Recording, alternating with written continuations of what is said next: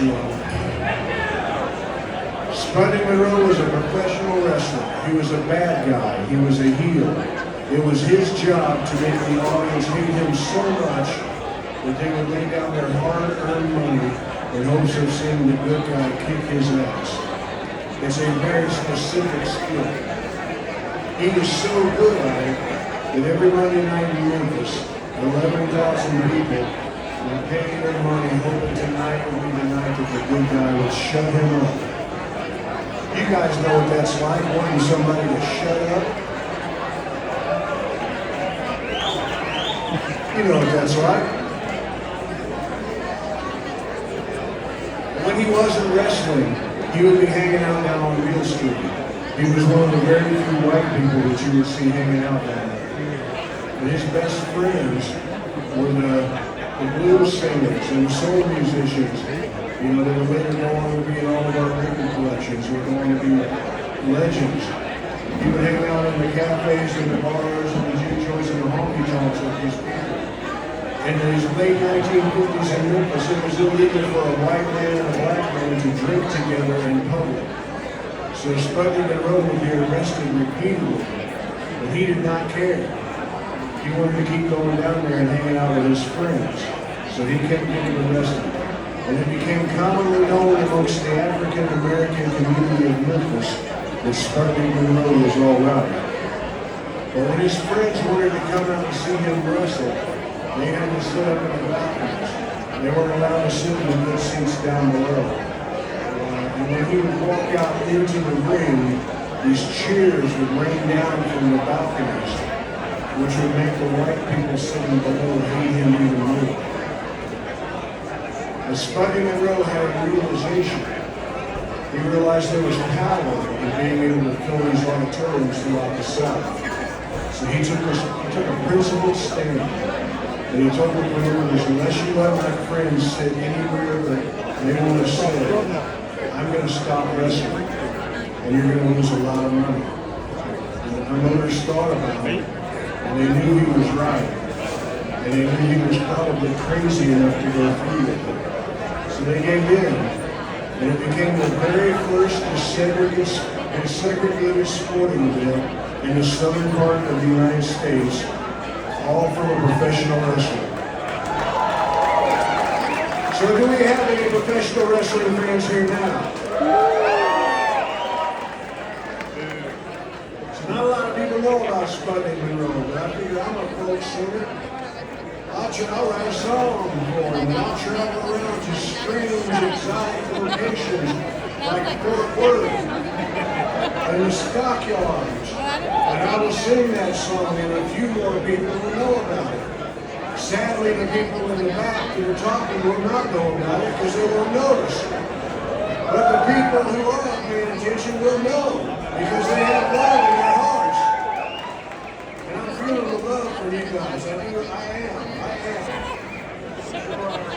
Sadly, I must warn you that this song has a sing-along chorus. The words, you don't have to sing along. If you decide to sing along, it will be beautiful. If you don't, it'll be awkward. I personally fall on the side of beauty, but you can be into anything you want to be into. The words are standing on the ground where kings stood on the right side of history. I'll sing it a couple times, maybe you guys can join in, and maybe we'll share a little bit of a moment together. Can we do that? Listen to me, people, let me speak to your soul. There's more to Memphis and rock and roll, and there's more to history than we've been told. This is the story of Sputnik Monroe.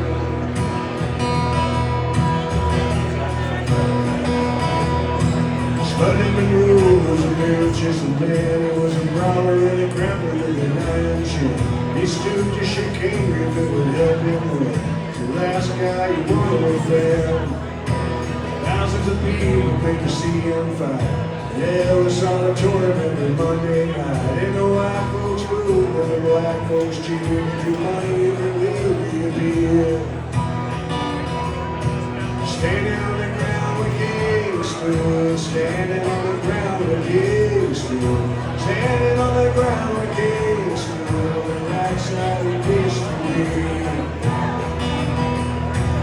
Late at night, you see him having a drink in the blues halls and G-joints along Mill Street. It was a place where a white man would never go, but it was home to Sputnik, Monroe. But his black friends tried to see him fight. They had to sit in the balcony, but they paid the same price. So I just sat down the long ringside.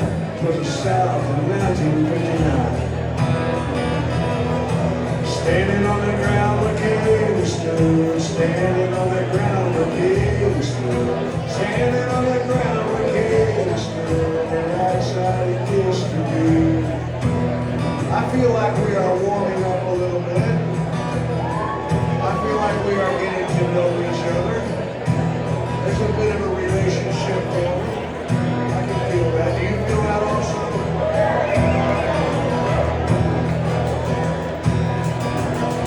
In the pool halls of Memphis, they still talk of the night. Starting in Monroe, refused to fight.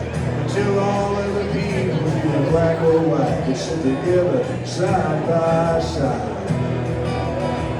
There's a basic language every promoter speaks, based on beers and hands and asses and seats. The promoters get in and they drew record crowds. The first a segregated sporting event in the South.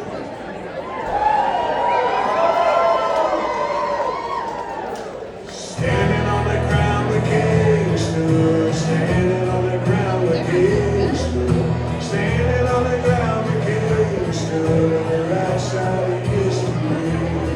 It might have bug you if bombs will be a peach-faced bugle or a turkey neck afraid to say boo to a goose. Rest assured, even dirtbags like me are on the right side of history. You guys want to sing with me? Let's give it a try. Here we go. Standing on the ground where Katie stood, standing on the ground where Katie stood, standing on the ground where Katie stood, on the right side of history. Sing loud. Standing on the ground where Katie stood, standing on the ground where Katie stood, on the right side of history. Clap your hands. Standing on the ground where Katie stood, standing on the ground where Katie stood. You know what? Speak better. On the right side of history, on the right side of history, in Memphis, Tennessee.